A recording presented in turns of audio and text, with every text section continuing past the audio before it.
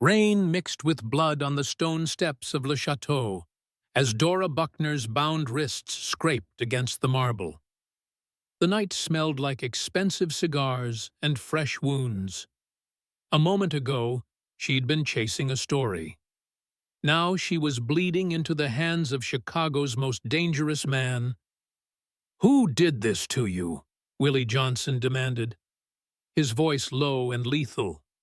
His burgundy suit jacket hung open, gold cufflinks catching the amber light from the club's entrance, and his hands, steady when signing death warrants, trembled as he cut the rope from her wrists. Willie Johnson had ruled the South Side outfit for 12 years, and he had seen violence in every form the city could offer. But finding a woman tied and beaten on his doorstep, her brown eyes glassy with pain, her camera bag torn and empty beside her, something ancient and possessive roared to life in his chest.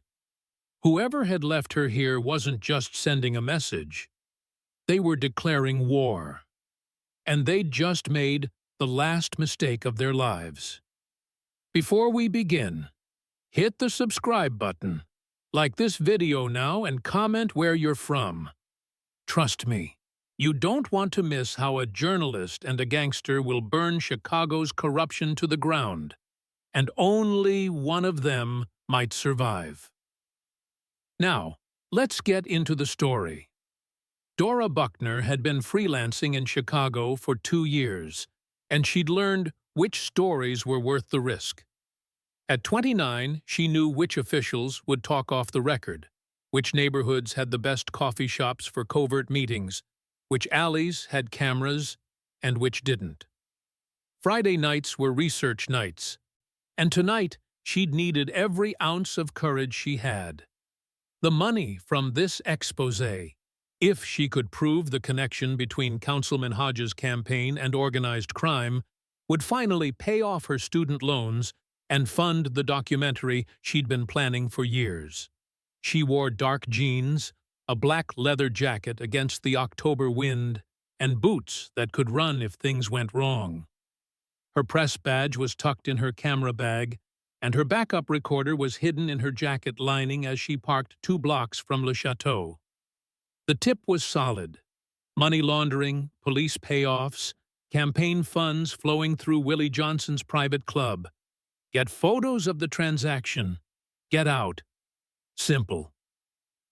She'd been maybe 20 feet from the club's side entrance, camera ready, when she heard footsteps behind her. Fast. Deliberate. Multiple sets. She turned to run. They were faster. A hood yanked over her head. Rough hands grabbed her arms. Something hard connected with her ribs, and the world tilted sideways. She fought, scratched, kicked, screamed, but a voice hissed in her ear, "You're in the wrong neighborhood, sweetheart." When she woke, her wrists were bound, her mouth tasted of blood, and her camera was gone. The last thing she remembered before the darkness took her again was being dragged toward bright lights and a man's voice cutting through the rain. "What the hell is this?" Then strong arms lifted her, and for reasons she couldn't explain through the pain, she stopped fighting. Dora's eyes cracked open to unfamiliar ceiling molding, ornate, expensive, the kind that belonged in historic buildings downtown. Not a hospital. Definitely not her apartment. Her body inventoried the damage before her mind caught up. Throbbing skull, burning wrists, ribs that screamed with every breath. She tried to sit up and gasped, pain lancing through her side. "Easy," a woman's voice, firm but not unkind. "You've got 3 cracked ribs and a concussion. Moving isn't your friend right now." Dora turned her head, slowly, and found an older black woman in scrubs checking an IV bag attached to her arm. Not a hospital. A bedroom, silk sheets, mahogany furniture, floor-to-ceiling windows overlooking the Chicago River. "Where?" "Le Chateau. Private quarters upstairs." The woman adjusted the IV drip with practiced efficiency. "I'm Dr. Russo. You're lucky Mr. Johnson found you when he did. Another hour in that rain and we'd be having a different conversation." Mr. Johnson. Willie Johnson. The mafia boss whose empire she'd been documenting for 3 months. The man who'd been kneeling beside her when everything went black. Memory flooded back in sharp, brutal fragments. 12 hours earlier, the coffee shop on West Madison had been buzzing with the usual Friday afternoon crowd when Dora's source slid into the booth across from her. "You sure about this?" Marcus, not that Marcus, her grad school friend Marcus Chen, pushed a manila folder across the table. "Because once you open this, you can't unsee it." Dora had opened it anyway. Bank statements, wire transfers, a web of shell companies all leading back to one location, Le Chateau, Willie Johnson's private club in the Loop. And right in the middle of it all, Councilman Richard Hodges' campaign manager, Vincent Calder, moving money like he owned the city. "Calder's picking up a payment tonight," Marcus had said. 9 p.m., side entrance. "If you can photograph the exchange, I can prove the connection." Dora's pulse had quickened. This was it, the story that would make editors finally take her seriously. "You're certain about the timing?" "My source inside Hodges' office confirmed it an hour ago." Marcus had hesitated, then added, "Dora, these aren't people who forgive curiosity. Johnson's outfit doesn't leave witnesses." She'd smiled, tucking the folder into her camera bag. "Then I'll make sure they don't see me." The plan had been solid. Position herself across from Le Chateau's service entrance. Long lens, low profile. Photograph Calder entering. Photograph whatever exchange happened through the club's windows if she could get the angle. Get the shot. Get out. Get the story published before anyone knew she'd been there.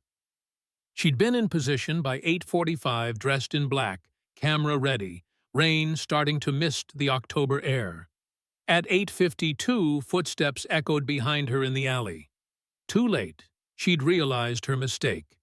She'd been so focused on the club's entrance, she hadn't watched her own back. The hood had come down fast, rough fabric choking off her scream. Hands grabbed her arms, wrenching them behind her back. She'd kicked, connected with something solid, heard a grunt. Then pain exploded across her temple and the world tilted. "Fucking journalists," a voice had snarled. Male, Midwestern accent. "Always sticking your nose where it don't belong." Another voice. Colder.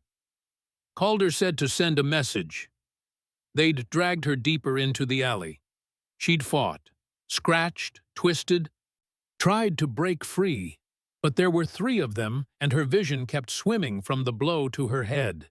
The beating had been methodical, professional, not meant to kill, but to terrify.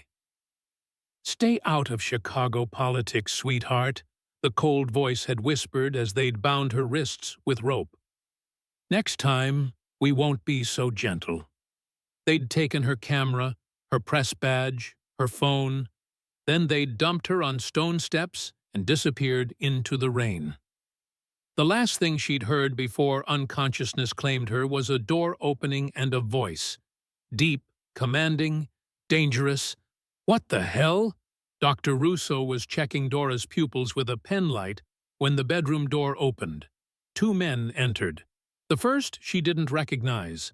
Tall, dark-skinned, early 40s, moving with the easy confidence of someone who'd seen violence and wasn't impressed by it anymore. The second was Willie Johnson, still in his burgundy suit, tie loosened, looking like he hadn't slept. "She's awake?" Willie's eyes found hers immediately, something unreadable flickering in their depths. "And lucid," Dr. Russo confirmed. "Vitals are stable. She needs rest and monitoring, but she'll recover." "Good," Willie nodded once. "Leave us." Dr. Russo gathered her medical bag without argument and slipped out.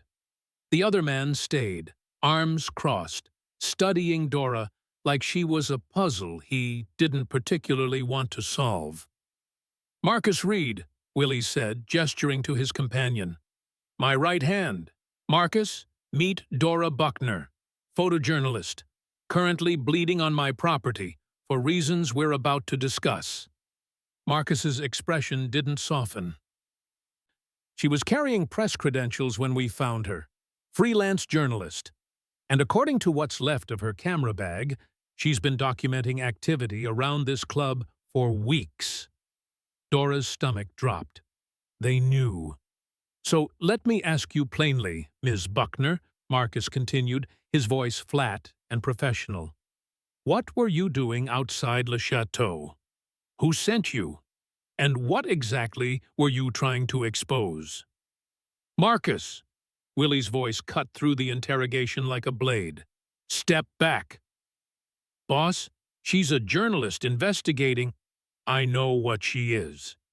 Willie moved closer to the bed, his presence overwhelming even without touching her. "I also know someone beat her half to death and left her on my doorstep. That's not random. That's a message. Which means she's connected to something bigger." He turned to Dora, and for a moment, she saw past the reputation, saw the calculating intelligence that had kept him alive in a business that buried its mistakes. "You were investigating corruption," he said. Not a question. "Councilman Hodges' campaign. Money laundering through my establishment. No point lying." "Yes. And someone decided to stop you permanently." "They said to stay out of Chicago politics." Marcus swore under his breath. Willie's jaw tightened. "That," Willie said softly, dangerously, "was a mistake. On their part." "Boss?" Willie silenced Marcus with a look, then returned his attention to Dora.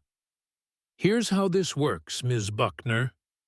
You were found bleeding on my doorstep.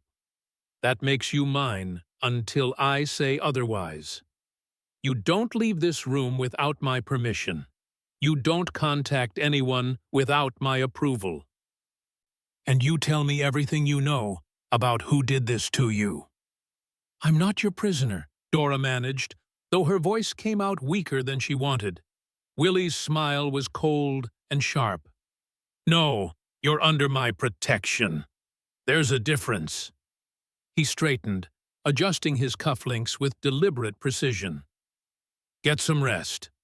We'll talk more when you're stronger, because whoever hurt you made this personal, and I always finish what someone else starts." He walked out, Marcus following with one last suspicious glance at Dora. The door closed, leaving her alone with silk sheets and unanswered questions, and the terrifying realization that she'd just become a pawn in a game much bigger and deadlier than she'd imagined. Dora waited until Dr. Russo's footsteps faded down the hallway before she swung her legs over the side of the bed. Pain shot through her ribs, white-hot and breathtaking, but she gritted her teeth and stood anyway. She wasn't staying here, wasn't becoming some mobster's pet project or liability or whatever Willie Johnson thought she was. The room spun once, violently, before settling. She grabbed the bedpost, steadied herself, and took inventory.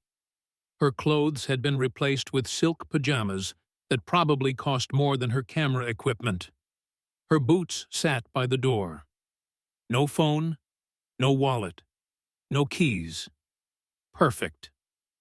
She made it 3 steps before her ribs screamed loud enough that she had to stop and breathe through the agony. By the time she reached the door, sweat beaded on her forehead, and her vision had started to blur at the edges. The hallway beyond was empty. Plush carpet, recessed lighting, oil paintings that belonged in museums.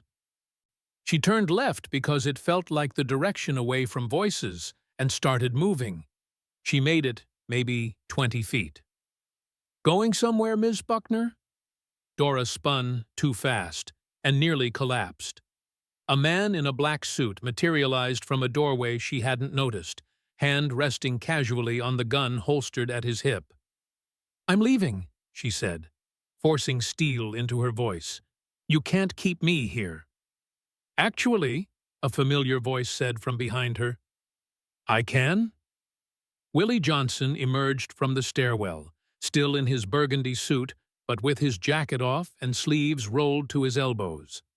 He looked tired, annoyed, and not remotely surprised to find her trying to escape.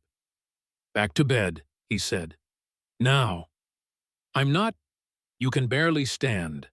He closed the distance between them in 3 strides. "You've got cracked ribs, a concussion, and enough painkillers in your system that you shouldn't be vertical. So unless you want to collapse in my hallway and make Dr. Russo's night even longer, I suggest you listen. I don't take orders from criminals." His smile was sharp. "And yet here you are, in my club, under my roof. Alive because I decided you should be. So maybe, just this once, you make an exception." The guard was still watching, hand on his weapon. The hallway suddenly felt very small. "Why?" Dora demanded. "Why protect me? I was investigating you. I have documentation linking your club to councilman corruption I've been trying to root out for 6 months," Willie interrupted. "I know exactly what you have, Ms. Buckner, or had, before someone took it from you." That stopped her. "You knew I was investigating? I make it my business to know everything that happens in my territory, including idealistic journalists with telephoto lenses staking out my property." He gestured toward the bedroom. "Now move, before you pass out and I have to carry you. Again." Dr. Russo was not pleased. "Cracked ribs don't heal faster with stupidity," she said, rechecking Dora's vitals with sharp, efficient movements. "You're lucky you didn't puncture a lung." "I thought you said it missed major arteries," Dora muttered, wincing as the doctor pressed against her side. "I said you were lucky the beating didn't do more damage." Dr. Russo caught her eye, her expression grave. "Ms. Buckner, whoever attacked you knew exactly where to hit. This wasn't random violence. This was professional work designed to hurt you badly enough to scare you, but not badly enough to kill you. Yet." The last word hung in the air like a blade.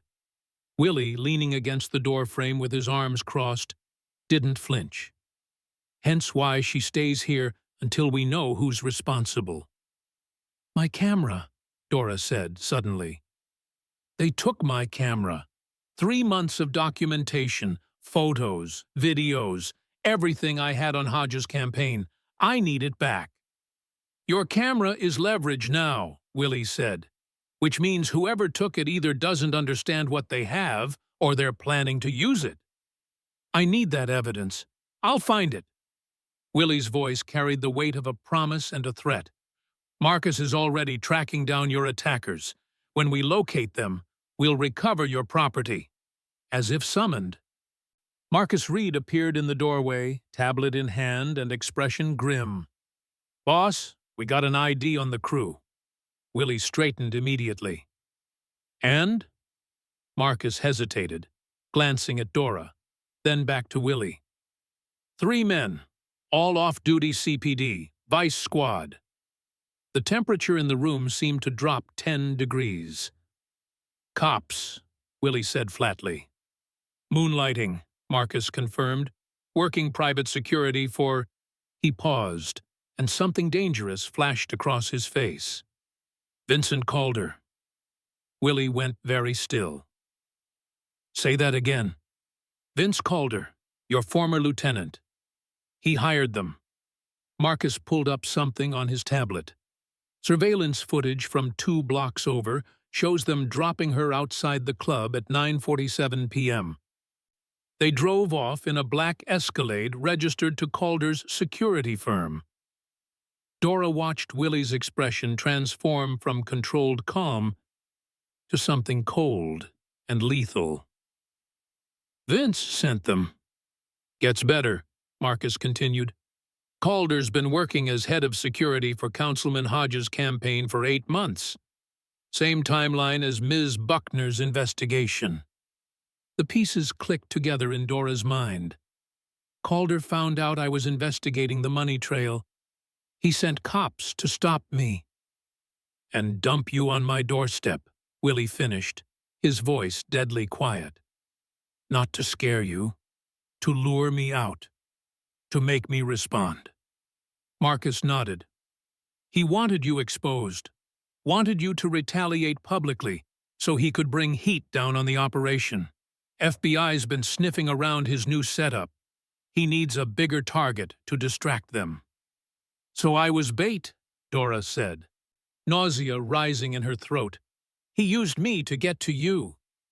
Willie moved to the window, staring out at the Chicago skyline.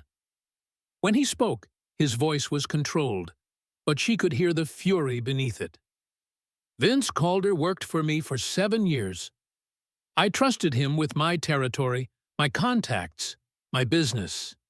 When he left to go legitimate, he laughed, sharp and humorless. I should have known better. He's dirty, Marcus said, using his police connections to run protection for Hodge while laundering campaign funds through legitimate security contracts. Classic setup. And he's using your club's reputation to cover his tracks. My club. Willie turned back, and Dora saw something in his eyes she hadn't expected. Betrayal. Raw and personal.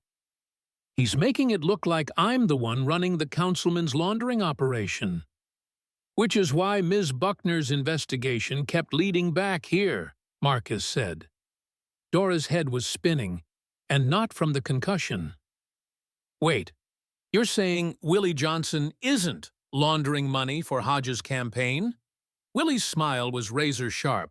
Oh, I laundered money, Ms. Buckner, just not for corrupt politicians. I have standards.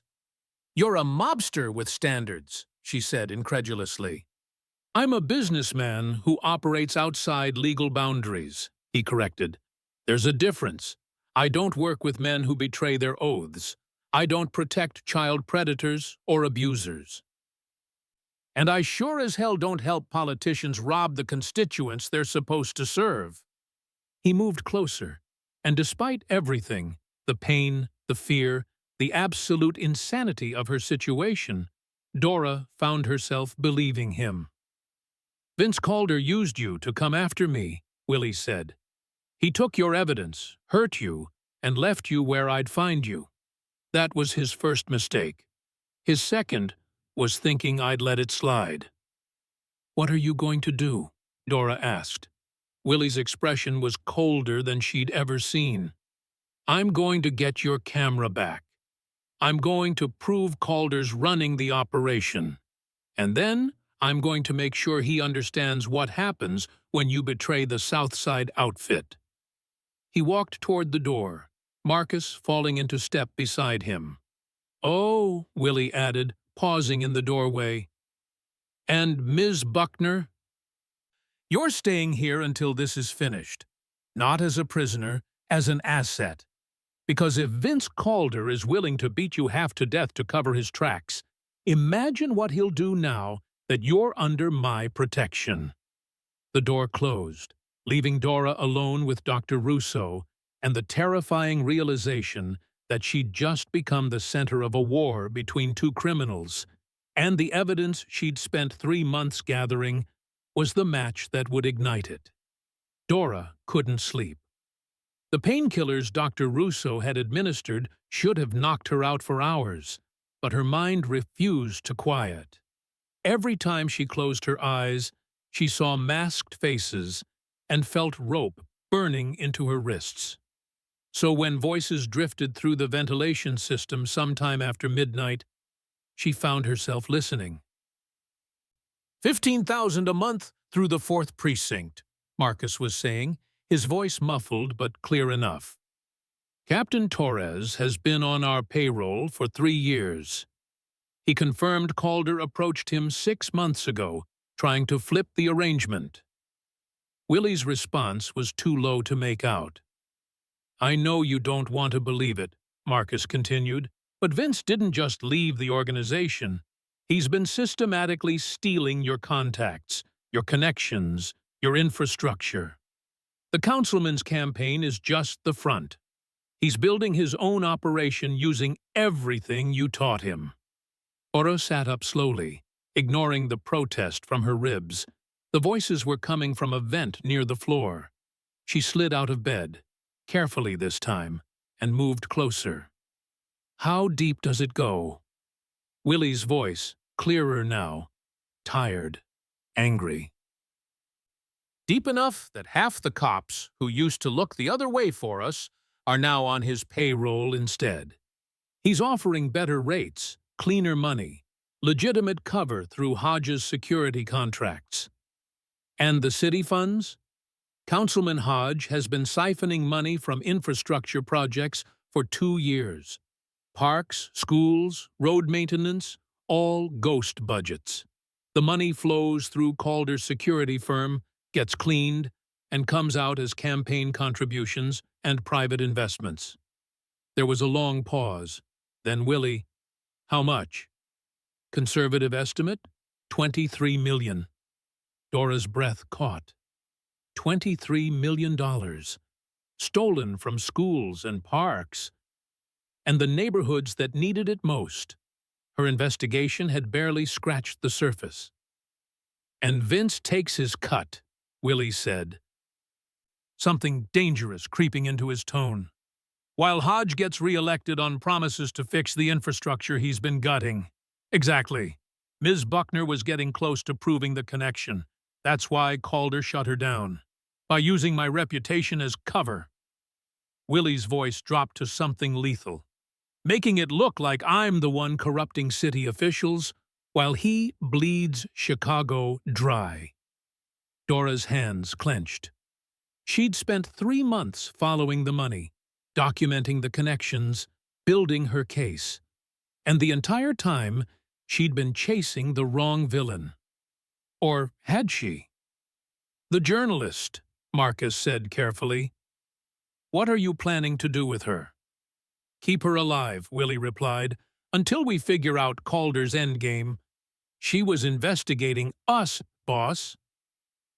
Her documentation could prove we're not the ones running Hodge's operation, could show the city who's really stealing from them. A pause. Could be useful, if she's smart enough to see the bigger picture. And if she's not? The silence that followed made Dora's blood run cold. She stood abruptly, too abruptly, and her vision swam. She grabbed the wall, steadied herself, and made a decision that was probably stupid, but felt necessary. If they were going to discuss her fate, she deserved to be in the room. She found them in Willie's private office down the hall, door slightly ajar. Marcus saw her first, his hand moving instinctively toward his weapon before Willie raised a hand to stop him. Ms. Buckner.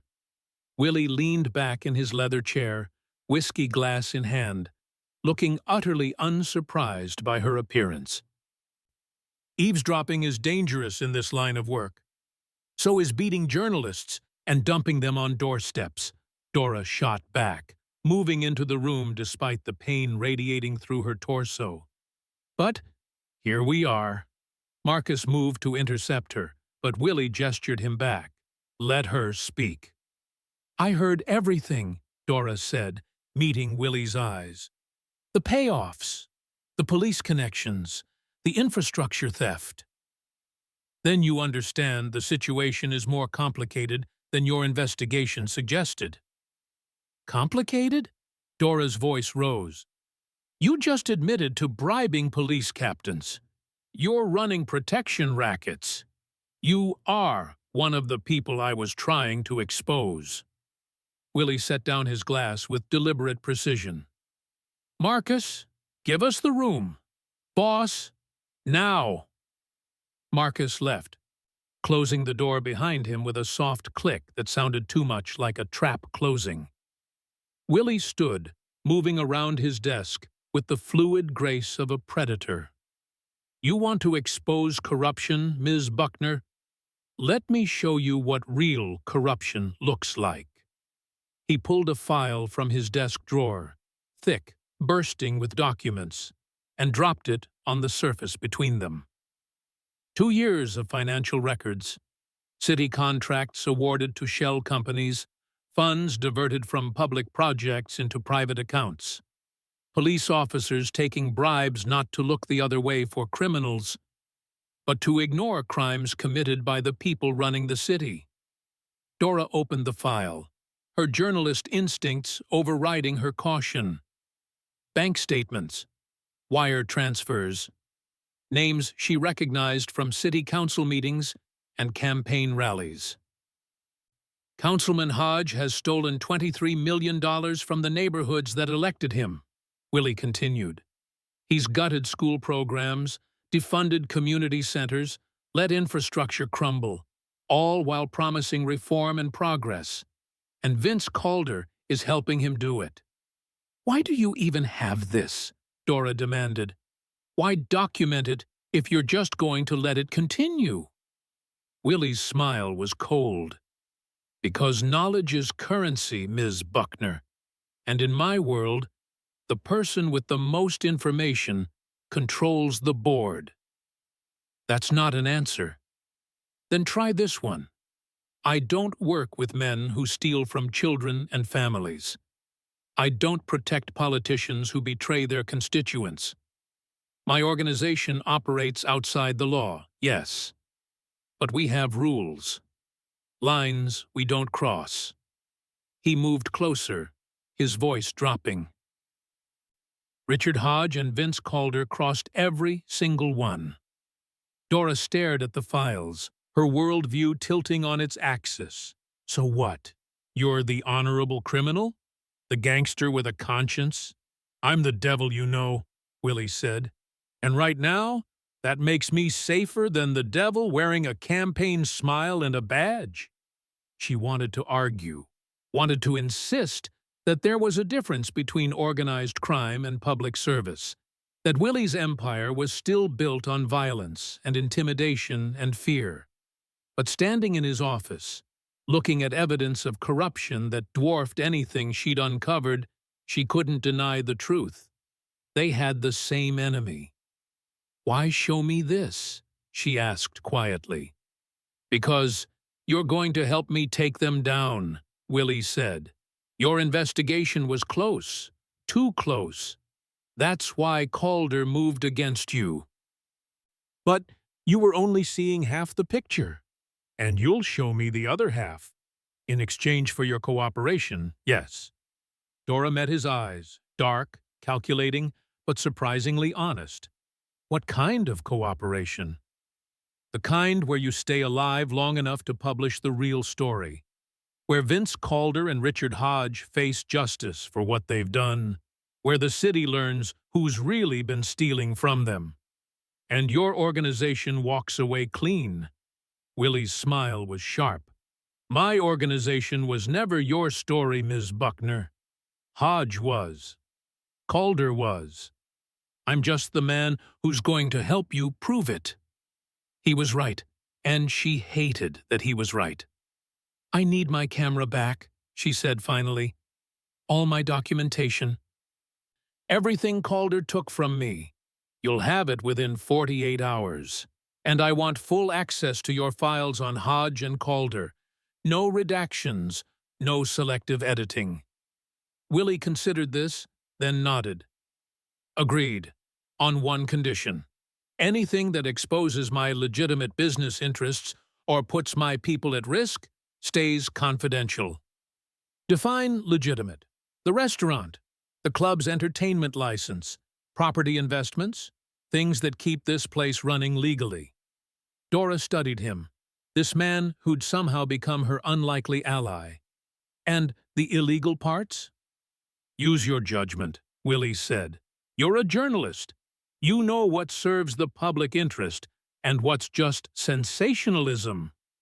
It was more trust than she'd expected, more than she probably deserved, given that she'd spent 3 months trying to destroy him.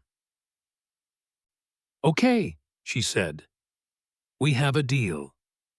She found him on the balcony an hour later, unable to sleep, and drawn by the sound of rain against glass. Willie stood at the railing, jacket discarded, shirt sleeves rolled up, staring out at the Chicago skyline. He didn't turn when she approached, but his posture shifted, acknowledging her presence without inviting it. "Can't sleep either?" he asked. "Concussion," Dora said, moving beside him, "and the existential crisis of realizing the mobster I was investigating is less corrupt than the politician I voted for." Willie's laugh was short and humorless. "Welcome to Chicago." Rain misted the air, cool and clean, washing away the smell of blood and fear that still clung to her memory. The city stretched out below them, lights glittering like scattered diamonds, beautiful and broken and hers. "Why did you really help me?" Dora asked quietly. "The truth." Willie was silent for a long moment. When he spoke, his voice was softer than she'd ever heard it.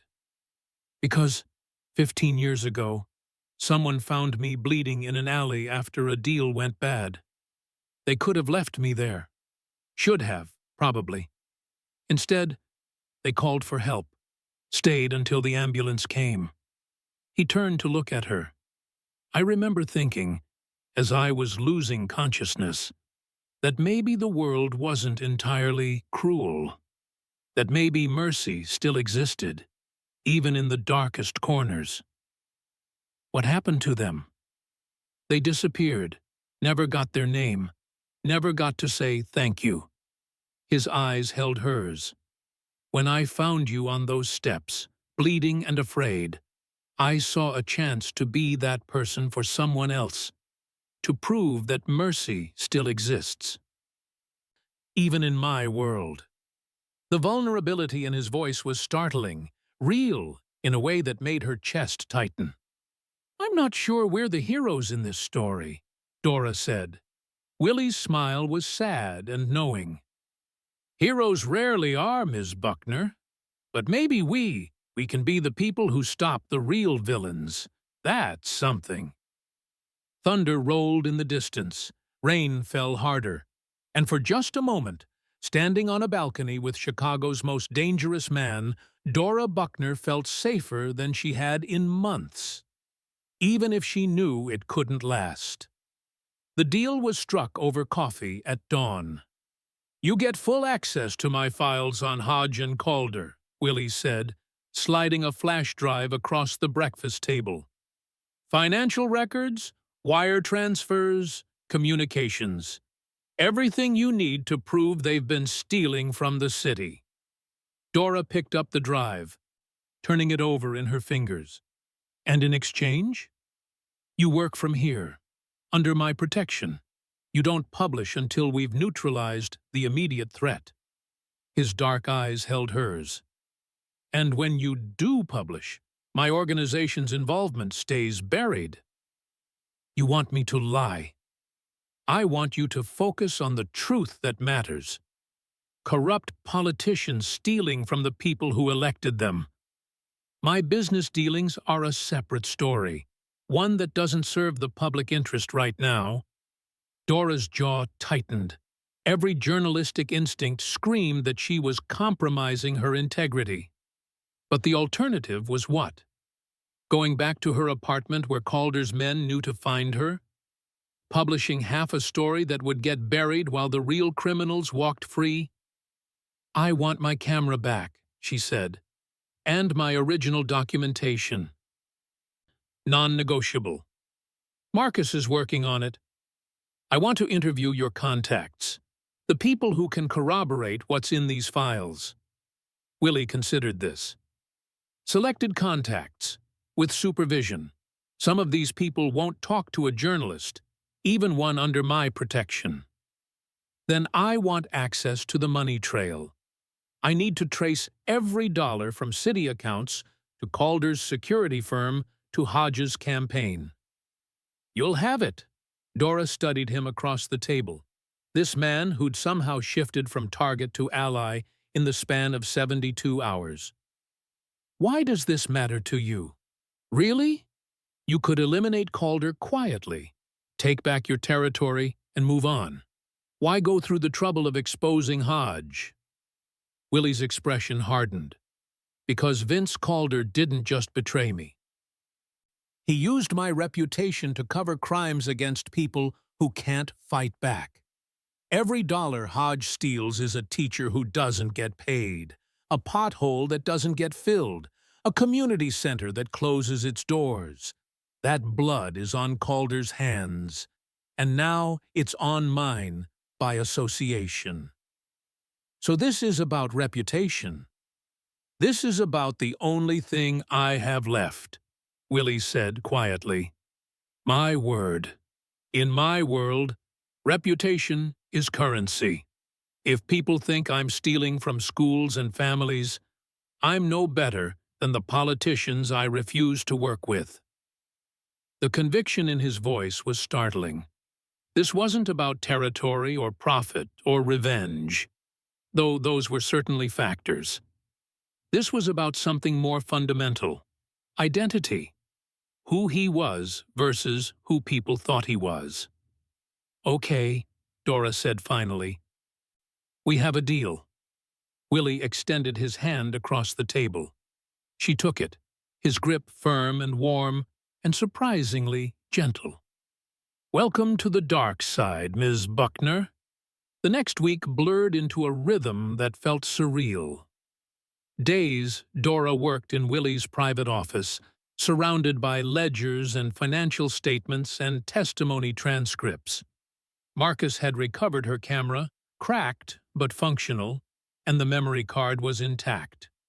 Her original documentation combined with Willie's files painted a picture of corruption so vast it made her stomach turn. She traced money from city infrastructure budgets into shell companies with names like Metropolitan Security Solutions and Civic Enhancement Group. From there, funds flowed through Calder's Kipimir security firm, got laundered through legitimate business expenses, and emerged as campaign contributions to Hodges' re-election fund. $23 million over 2 years. Parks projects that were never completed. School renovations that never happened. Road repairs that existed only on paper. This is enough to put them away for decades, she told Willie on the 4th day, surrounded by printouts and sticky notes mapping the conspiracy. If you can prove it came from them and not me, Willie replied, leaning against the door frame with coffee in hand. Your financial records show money leaving your accounts, not entering them. You were paying protection fees to Captain Torres, yes, but you weren't receiving city funds. Torres was on Calder's payroll too. He'll claim I was the source. Not if we have testimony from the city comptroller. Dora pulled up a document on her laptop. Someone's been flagging these transactions for months. Whistleblower reports that went ignored. If we can find them, already found. Marcus entered with a thin woman in her 50s, nervous and pale. Ms. Buckner, meet Diane Chen, City Comptroller's office. She's been trying to report Hodges' theft for 8 months. Nights, Dora saw a different side of Willie's operation. She watched from the shadows as he met with contacts, some legitimate, some decidedly not. Watched him negotiate, threaten, charm, and strategize. He moved through Chicago's underworld like a conductor leading an orchestra, every gesture deliberate, every word calculated for maximum effect. But she also saw moments of unexpected gentleness. A conversation with one of his restaurant workers, asking about her daughter's college applications and quietly offering to cover tuition. A phone call to a community center in Englewood, donating funds anonymously to keep their after-school program running. A late-night visit to a hospital where one of his men lay recovering from a shooting. Willie sitting beside the bed until dawn, just present. "You're not what I expected," Dora admitted one evening, watching him review security footage in his office. Willie glanced up, one eyebrow raised. "Disappointed?"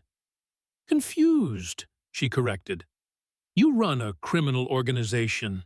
You bribe police, intimidate rivals, operate outside every legal boundary, but you also care about your people, about the neighborhoods you operate in. Those things aren't mutually exclusive." He returned his attention to the screens. "I break laws, Ms. Buckner. I don't break people. There's a difference." "Is there?" "Yes." His voice was firm. "The law is a construct created by people with power to maintain their power. I operate in the spaces the law doesn't protect, the neighborhoods politicians ignore, the people the system fails. Do I profit from it? Absolutely. But I also employ 300 people, support 40 local businesses, and make sure the streets in my territory are safer than the ones the city's supposed to be protecting." It was a rationalization, Dora knew, a way to justify the unjustifiable. But standing in his office, reviewing evidence of politicians who'd sworn to serve the public while systematically robbing them, she couldn't quite dismiss his logic. Maybe morality wasn't as binary as she'd always believed. On the 7th night, Willie insisted she take a break. "You've been staring at spreadsheets for 18 hours, he said, appearing in the doorway with 2 plates of food. "Dr. Russo says you need rest and actual nutrition. I need to finish mapping the transaction chain. The chain will still be there in an hour." He set the plates on a small table by the window. "Come on, humor me." The food was from his restaurant downstairs. Perfectly seared salmon, roasted vegetables, risotto that tasted like heaven. They ate in comfortable silence, the Chicago skyline glittering beyond the window. "Can I ask you something?" Dora said finally. Willie nodded. "That night you found me. You could have called the police, could have left me at a hospital and walked away. Why didn't you?" He was quiet for a long moment, his fork pausing mid-air. When he spoke, his voice was softer than she'd ever heard it. "Because when I looked at you, bleeding and afraid and still fighting, I saw someone worth protecting, someone who'd risked everything for truth and justice and got destroyed for it." He met her eyes. "And I thought, maybe if I could save you, it would prove I'm not entirely the monster everyone thinks I am." The vulnerability in his admission made her chest tighten. "You're not a monster," Dora said quietly. Willie's laugh was bitter. "Tell that to the 15 men I've had killed over the years. Tell that to the families I've destroyed, the lives I've ruined. You're also not the villain in this particular story." "No," he agreed. "But I'm not the hero either. Heroes don't make the choices I've made." Dora reached across the table, her hand covering his. The gesture was instinctive, unexpected, and his fingers tensed beneath hers before slowly relaxing. "Maybe," she said, "we're both just people trying to do the right thing in a world that makes it impossible to stay clean." Willie looked at their joined hands, then back at her face, something unreadable flickering in his dark eyes. "No one ever looks at me like I'm worth saving," he said, his voice barely above a whisper. "Like I'm more than the reputation I've built. Like I'm human." "You are human," Dora said. "A complicated, morally gray, occasionally terrifying human. but human nonetheless. His fingers tightened around hers. For a moment, the air between them felt charged, dangerous, like standing at the edge of a cliff and wondering what it would feel like to jump. Then his phone buzzed, shattering the moment. Willie pulled away, checking the message. His expression shifted instantly, from vulnerable to lethal in the span of a heartbeat. "What is it?" Dora asked.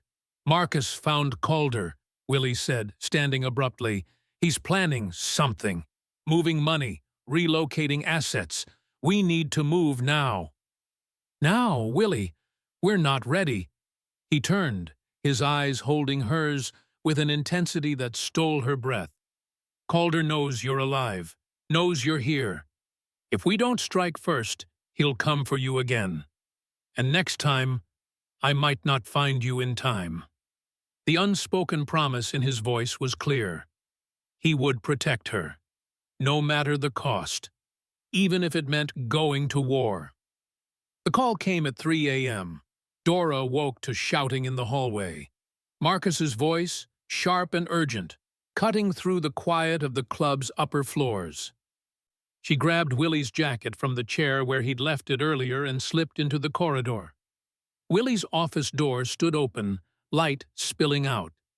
Inside, Marcus paced like a caged animal, while Willie sat behind his desk, perfectly still, in a way that promised violence. "How long?" Willie's voice was ice.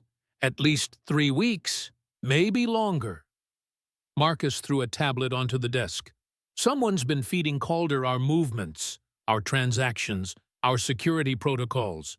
He knew exactly when to hit the North Side warehouse, knew which route our shipment would take through the port." "Who? That's the problem. It could be anyone with access to our systems." Marcus dragged a hand over his face. "But the leak started right around the time—" His eyes cut to the doorway, to Dora. The temperature in the room dropped 10 degrees. "You think it's me?" Dora said flatly. "You're a journalist who showed up investigating us," Marcus said, his voice hard. "Now suddenly we have a leak feeding information to the man who tried to kill you. That's convenient." "Convenient?" Dora's voice rose. "I was beaten unconscious and left for dead. Or that's what you want us to believe." Marcus moved closer, his hand resting on his weapon. "How do we know Calder didn't send you here, plant you inside our operation to gather evidence from the inside?" "That's insane, is it? You're a journalist with a vendetta against organized crime. Calder offers you the story of a lifetime. Take down Willie Johnson from the inside. You get your exposé, he gets our operations exposed, everyone wins." "Except I'd be dead," Dora shot back. "Or did you miss the part where his men cracked my ribs?" "A few bruises to sell the story," Marcus countered. "You wouldn't be the first person to take a beating for a Pulitzer." "Marcus!" Willie's voice cut through the argument like a blade. "That's enough! Boss, we need to consider—" "I said enough." Willie stood, his presence commanding immediate silence. "Ms. Buckner has had access to our files for a week. If she were feeding information to Calder, he'd have moved against us already. The leak started before she arrived." Marcus's jaw tightened. "With respect, boss, you're not thinking clearly about this. She's under my protection," Willie interrupted, his voice dropping to something dangerous. "Which means she's off limits. Find me the real mole, Marcus." "We're wasting time looking at the wrong person." The tension in the room was suffocating. Marcus held Willie's gaze for a long moment, then nodded curtly and left, brushing past Dora without a word. When the door closed, Willie turned to her. "Go back to bed." "You defended me," Dora said quietly. "I defended logic." But something flickered in his eyes. Uncertainty, brief but unmistakable. Marcus is right about one thing. The timing is suspicious. The words hit like a physical blow. You think I'm the leak. I think I've been in this business long enough to know that trust is earned, not given. Willie moved to the window, his back to her. And you haven't been here long enough to earn it yet. Dora felt something crack inside her chest, hurt and anger and bitter disappointment. I risked everything for this story. I was beaten, threatened, nearly killed, and you still think— I think, Willie said, turning to face her, that Vince Calder is smart enough to use any weakness against me, including an idealistic journalist who believes she's doing the right thing. Get out of my office, Ms. Buckner. She left before he could see the tears burning behind her eyes. For the next 2 days, Dora felt the weight of suspicion following her everywhere. Marcus assigned men to shadow her movements. They called it protection, but she knew surveillance when she saw it. Her computer access was restricted. Her phone calls were monitored. She was a prisoner in all but name. On the 3rd day, she caught one of Marcus's men following her to the bathroom. Seriously? She snapped, whirling to face him. The guard, young, barely 25, had the decency to look embarrassed. Orders, ma'am. Orders to watch me pee?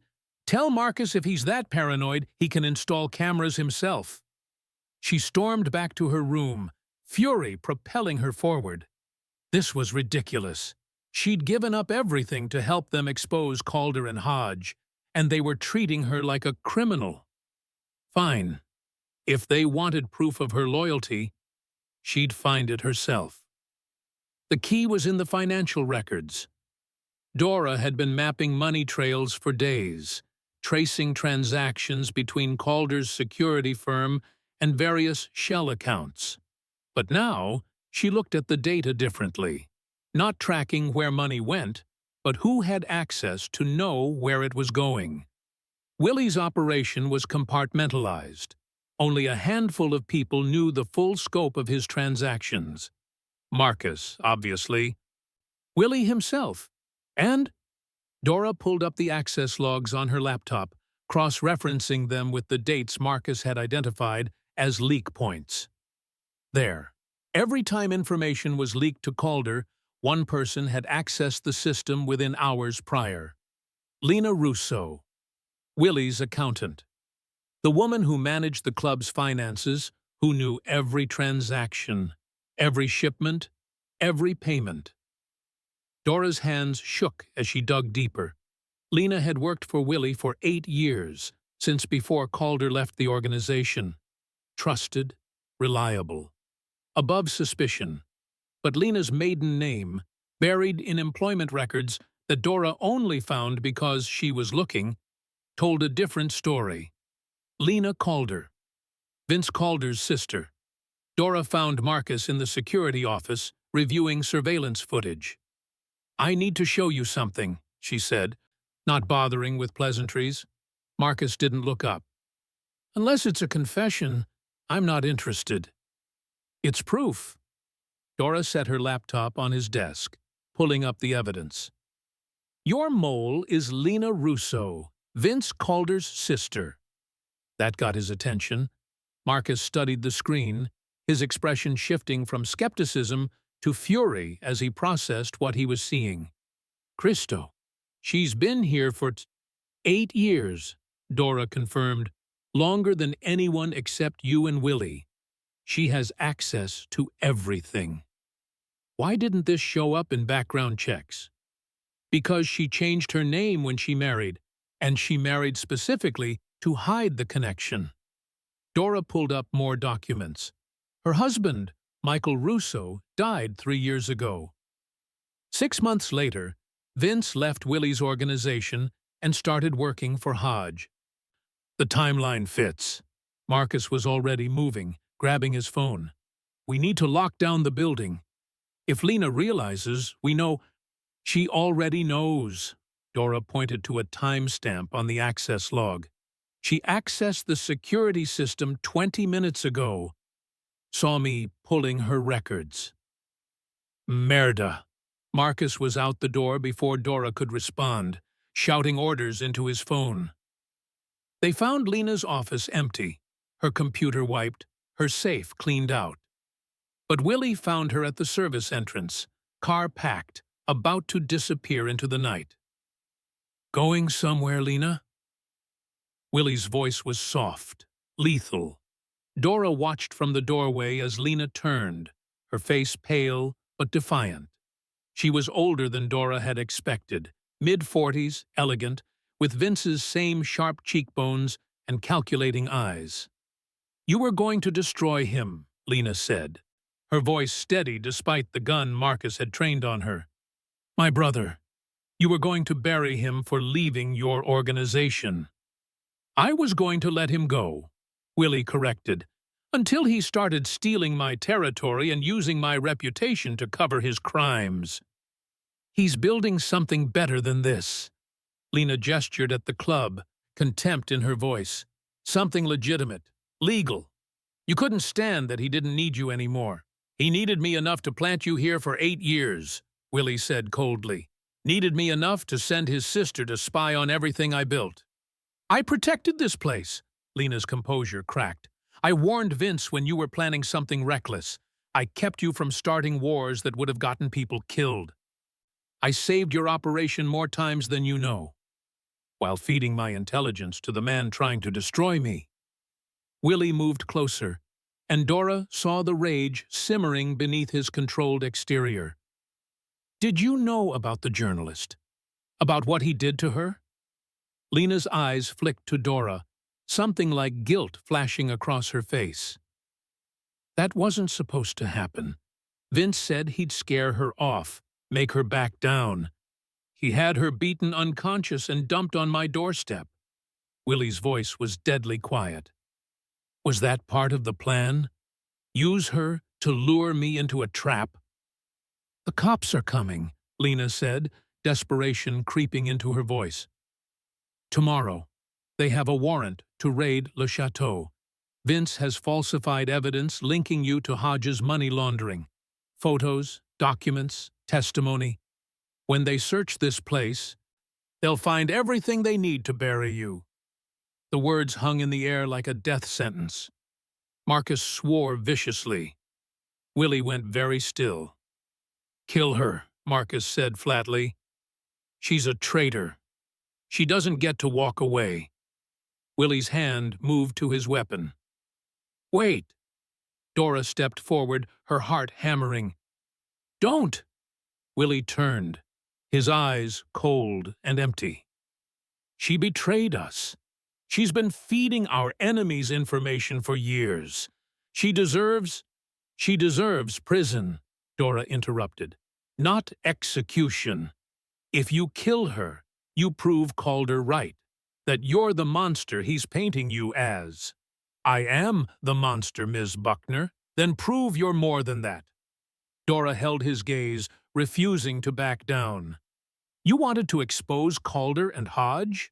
To show the city who the real criminals are? You can't do that with blood on your hands. You have to be smarter than them." "Smart doesn't stop a police raid," Marcus said. "No," Dora agreed.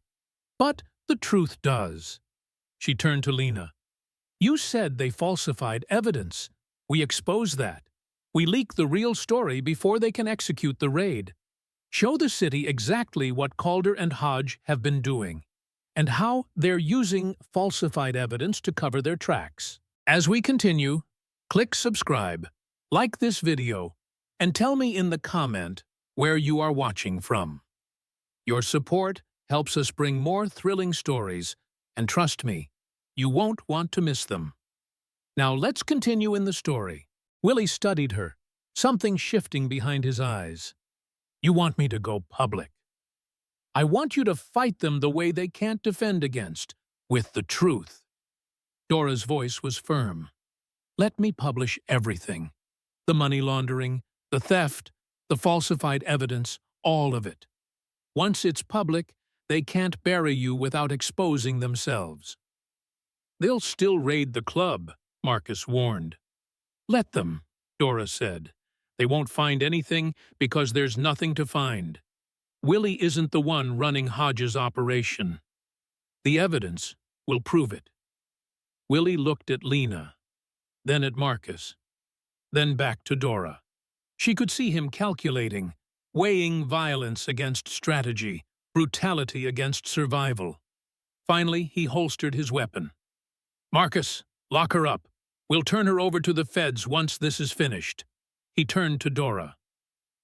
"You have 24 hours to publish your story. Make it count." As Marcus led Lena away, Willie caught Dora's arm, his grip gentle but firm. "You just saved her life," he said quietly. "And maybe mine, too." "I saved us both," Dora corrected. "Now let's finish this before Calder realizes we know he's coming." The abandoned train depot sat on the outskirts of Chicago like a corpse, hollow, gutted, forgotten by everyone except people who needed privacy for the kind of business that couldn't happen in daylight. Willie adjusted his cufflinks as Marcus pulled the car up to the entrance, the building's skeletal frame silhouetted against the pre-dawn sky. "He'll bring backup," Marcus said, scanning the shadows. "This is a trap." "I know." Willie checked his weapon, loaded, safety off. "That's why you're staying in the car. If this goes wrong, you get Dora and Dr. Russo out of the city. Understood?" Marcus's jaw tightened, but he nodded. Willie stepped out into the cold October air, his breath misting. Somewhere in the darkness, Vince Calder was waiting. And one way or another, this ended tonight. Dora watched from the security office as Willie's car disappeared into the night, her stomach twisting with dread. "He's walking into a trap," she said to the empty room. Her story was written. 12,000 words of documentation, evidence, and testimony that would destroy Hodges' campaign and expose Calder's operation. It was scheduled to publish at dawn, sent to every major news outlet in Chicago. But none of that mattered if Willie didn't survive the next hour. She grabbed her jacket and headed for the door. The guard stationed outside moved to block her. "Ms. Buckner, boss said you stay inside." "The boss isn't here," Dora said, pushing past him, "and I'm not asking permission."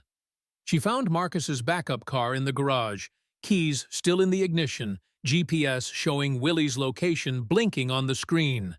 She slid behind the wheel, started the engine, and drove into the darkness before anyone could stop her.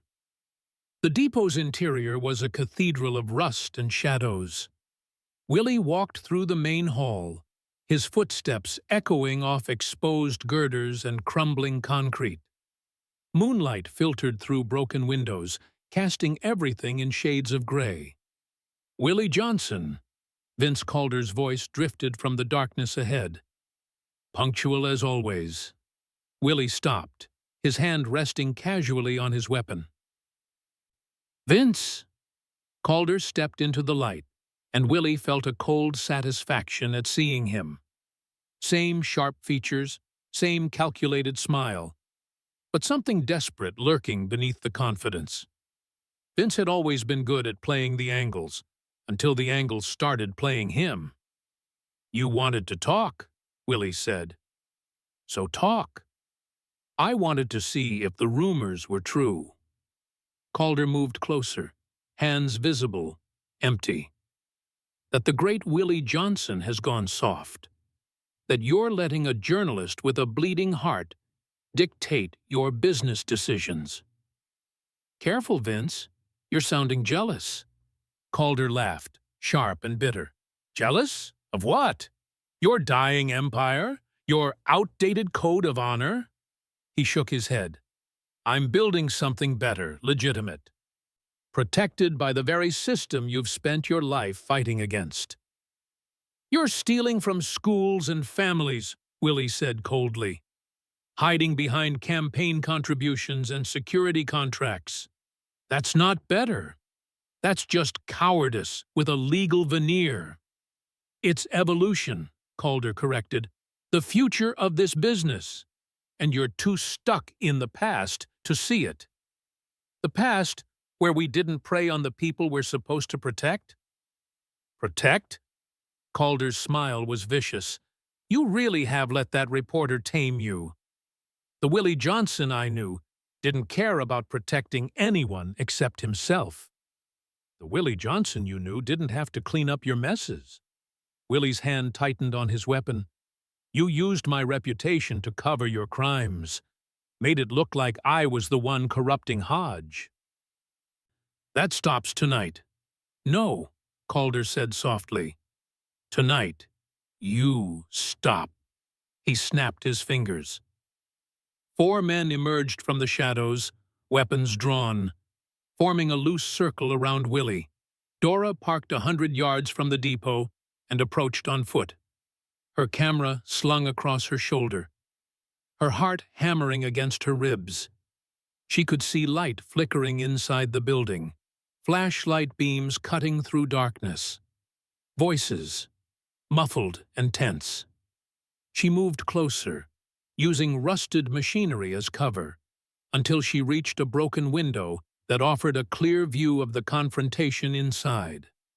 Willie stood surrounded, outnumbered, but his posture remained relaxed, almost casual. Calder circled him like a predator, talking, gesturing, clearly enjoying the moment. Dora raised her camera. Whatever happened next, she'd document it. This is how it ends, Calder said, his voice echoing through the depot. The great Willie Johnson, brought down by his own sentimentality. When the cops find your body, they'll find evidence linking you to Hodge's money laundering. Case closed. Councilman Hodge gets re-elected, I take over your territory, and Chicago moves forward. With you stealing from it, Willie said. With me controlling it. Calder's smile widened. There's a difference. Yeah, Willie said softly. There is. His weapon was in his hand, out, before anyone could react, firing twice, both shots hitting the men to his left. He dove behind a concrete pillar as the remaining gunmen opened fire, bullets ricocheting off metal and stone. Dora's breath caught. She should run, should get out before... Willie emerged from cover, taking down another shooter with lethal precision. But Calder had vanished into the shadows, and the 4th gunman was moving to flank Willie's position. Without thinking, Dora climbed through the window. "Behind you!" she screamed. Willie spun, some saw her, and his expression shifted from focused calm to absolute horror. "Dora, get out!" The distraction cost him. Calder appeared from the darkness, a pistol pressed against Willie's temple. "Drop it," Calder ordered, "or I paint the walls with your boss's brain." The remaining gunman had his weapon trained on Dora. She froze, camera still in her hands, heart thundering. Willie's eyes met hers across the distance. "I'm sorry," they said. "You should have stayed away." "You brought your pet journalist," Calder said, amused. "How touching. She can watch you die." "Then I'll finish what my men started," and Willie moved, fast, brutal, slamming his elbow into Calder's ribs and twisting away from the gun. The shot went wide, deafening in the enclosed space. The 4th gunman turned his weapon toward Willie. Dora didn't hesitate. She launched herself forward, crashing into Willie as the gun fired. Pain exploded across her upper arm, white-hot and devastating. But she'd changed the trajectory enough that the bullet grazed instead of killed. They hit the ground hard, Willie's body covering hers as more shots echoed through the depot. Then silence. Dora looked up, gasping, and saw Marcus standing in the doorway with 2 more of Willie's men, weapons drawn. The 4th gunman lay motionless on the floor. And Calder was on his knees, blood spreading across his chest. Willie's gun trained on his heart. "You shouldn't have touched her," Willie said, his voice empty of everything except cold finality. He fired once more. Calder crumpled. Sirens wailed in the distance, growing closer. Willie dropped beside Dora, his hands immediately pressing against the wound in her arm. "Why did you... Christo, why are you here? I told you to stay at the club. You were walking into a trap," Dora gasped, pain radiating through her entire arm. "I couldn't just..." "You could have been killed." His voice cracked, raw with emotion she'd never heard from him before. "Dora, you almost, but I wasn't." She caught his face with her good hand, forcing him to look at her. "I'm okay, we're okay. You took a bullet for me." "You've taken several metaphorical ones for me," she said, trying to smile through the pain. "It seemed fair.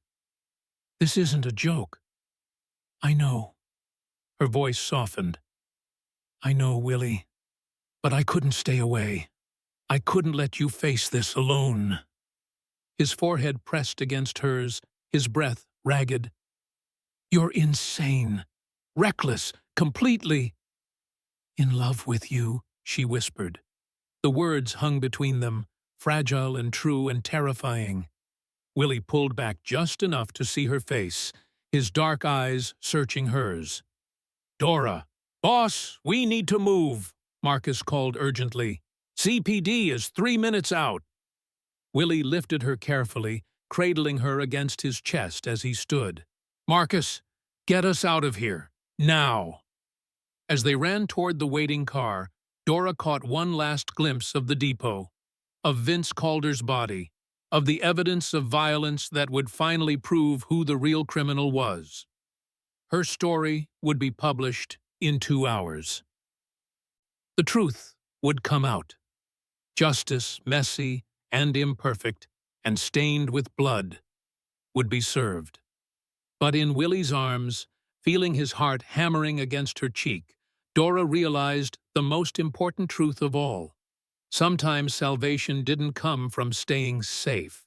Sometimes it came from diving into the fire for the person you couldn't bear to lose, even if that person was the devil himself. The story broke at dawn.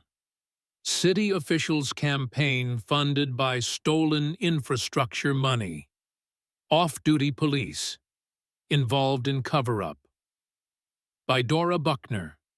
Dora watched from her hospital bed as her phone exploded with notifications, retweets, shares, news outlets picking up the story. The photos she'd taken at the depot, combined with 8 months of documentation, painted an irrefutable picture. Councilman Richard Hodge and his security chief Vincent Calder had systematically stolen $23 million from Chicago's most vulnerable neighborhoods. The evidence was devastating. Bank records, wire transfers, testimony from Diane Chen, the city comptroller who'd been silenced for months, and photographs, grainy but clear, of the confrontation at the depot, of Calder's men opening fire, of the violence that had been used to protect the conspiracy. Willie Johnson's name appeared nowhere in the article. "You protected him," Marcus said from the doorway, arms crossed, expression unreadable. Dora looked up from her phone, her bandaged arm throbbing despite the painkillers.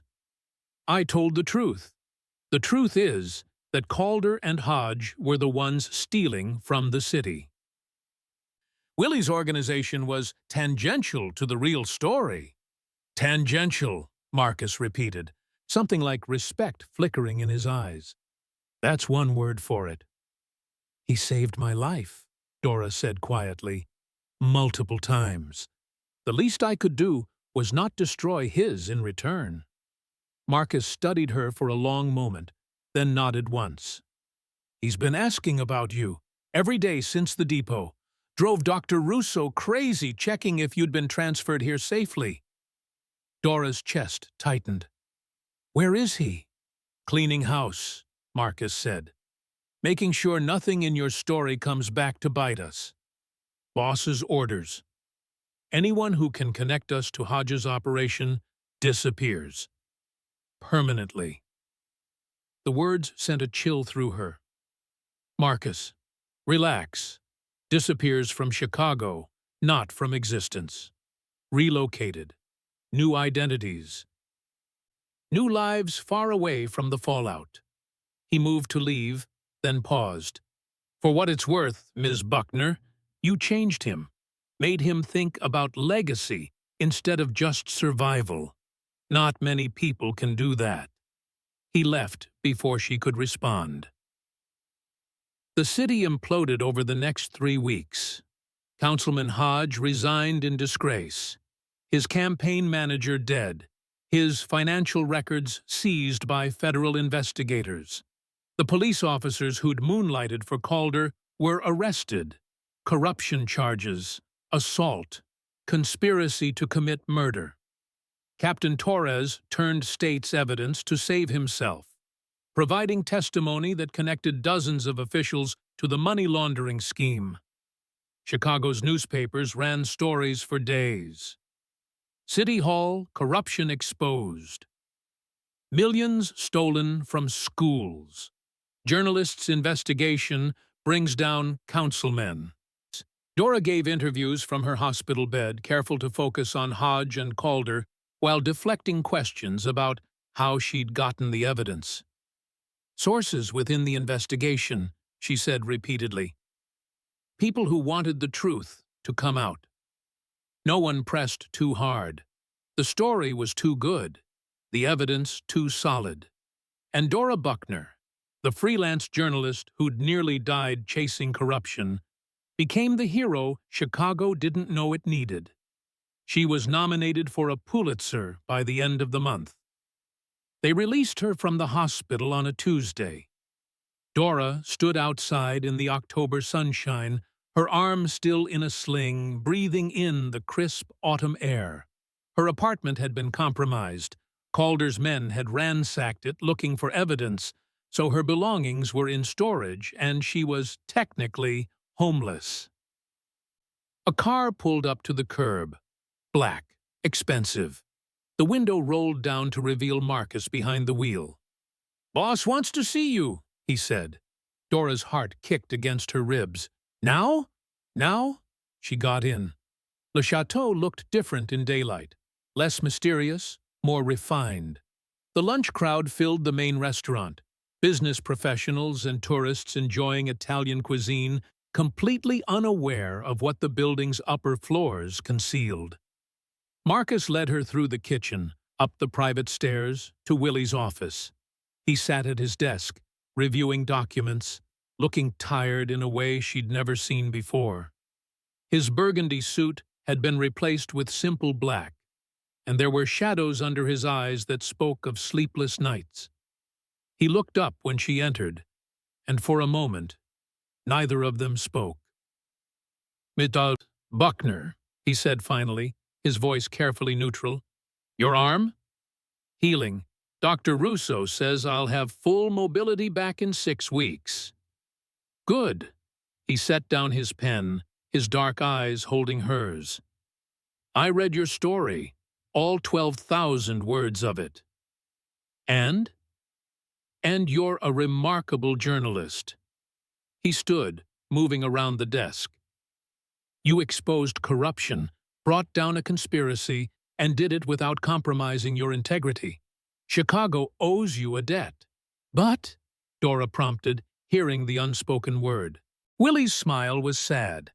"But you used my world to save yours. My connections, my files, my protection, all to build a story that makes you the hero while I remain the monster in the shadows." The accusation stung because it was partially true. "I protected your identity," Dora said. "Kept your organization out of the narrative. That was the deal." "I know, and you kept your word." He moved closer, close enough that she could see the exhaustion in his face, the weight of everything they'd survived. But the truth is, you got what you needed from me. Your career is made. Your story will win awards. And I'm still exactly what I was before, a criminal operating in the dark. That's not fair. It's completely fair, Willie interrupted gently. You did exactly what I would have done in your position. You survived. You won. I'm not angry. Dora, I'm just aware of how this was always going to end. Silence stretched between them, heavy with things unsaid.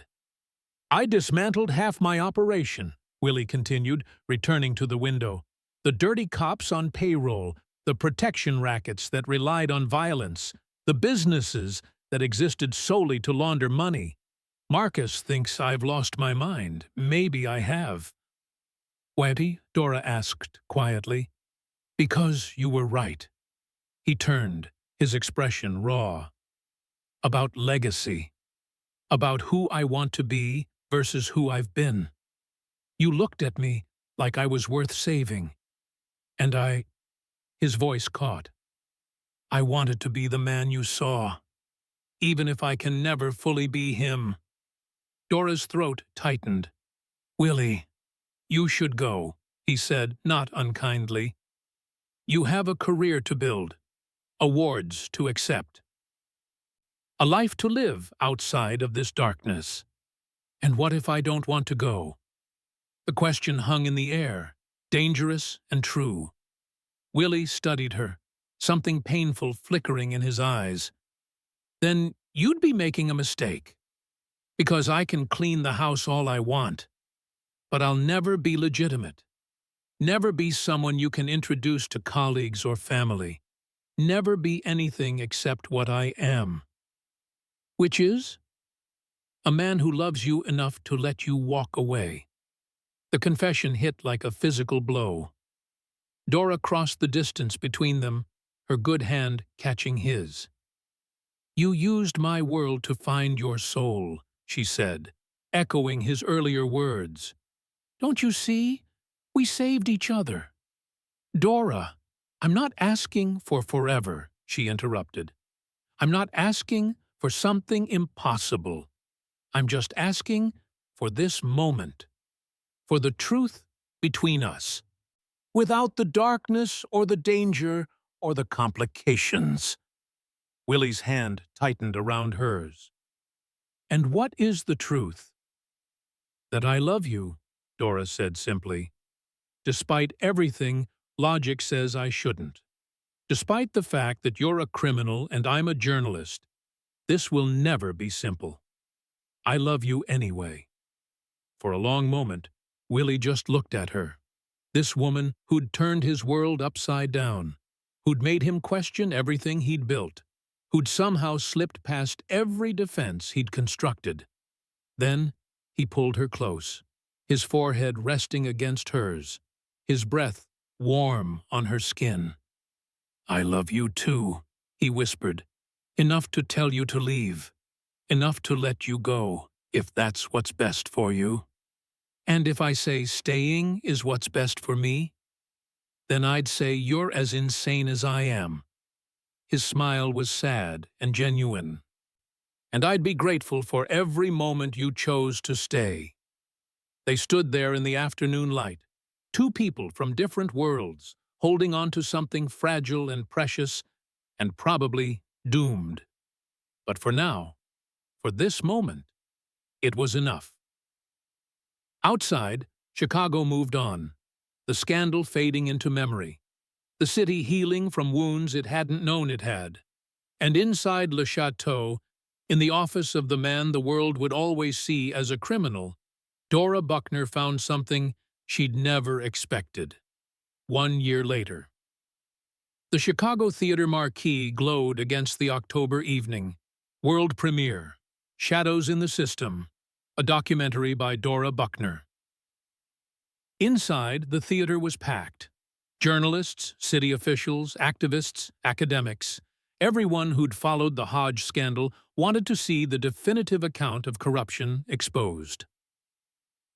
Dora stood backstage, her palms sweating despite the cool air, watching the crowd file in through a gap in the curtain.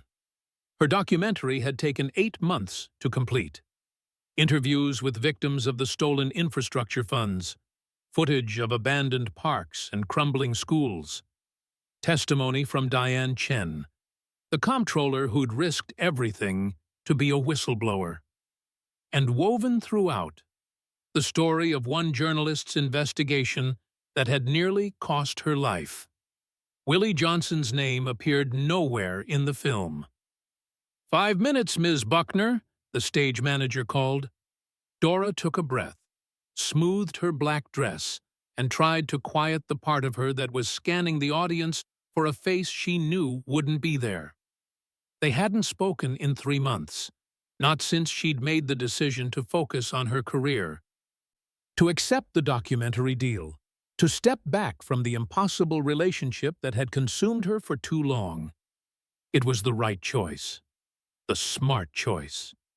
It still felt like losing a piece of her soul. The lights dimmed.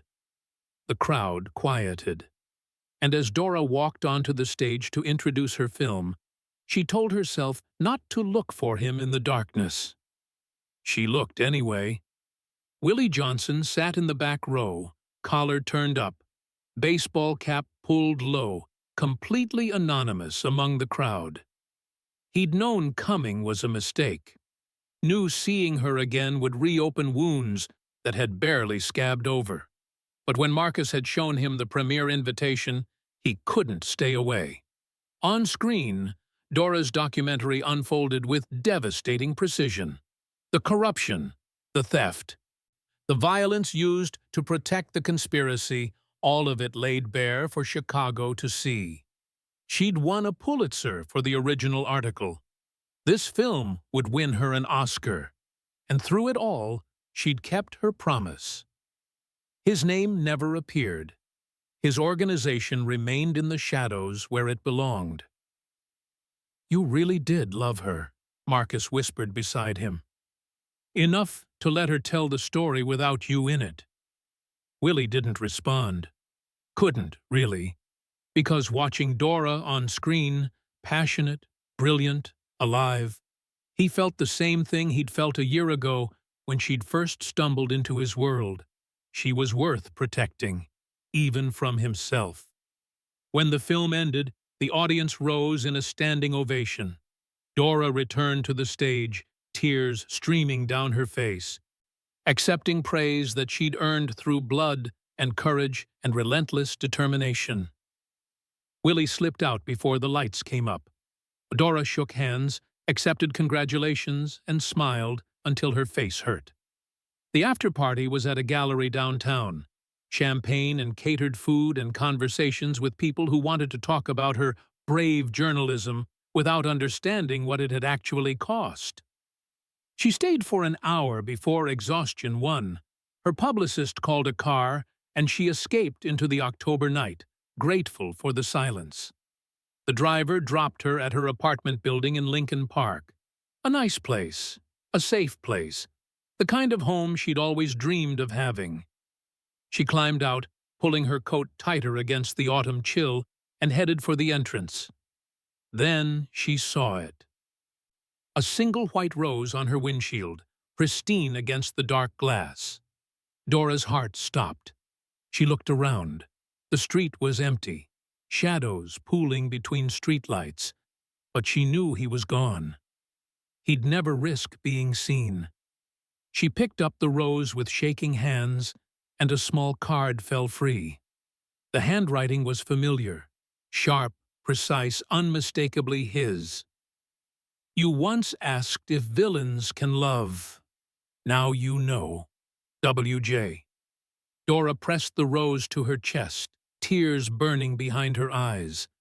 A year of distance, of trying to move on, of convincing herself that loving him was impossible.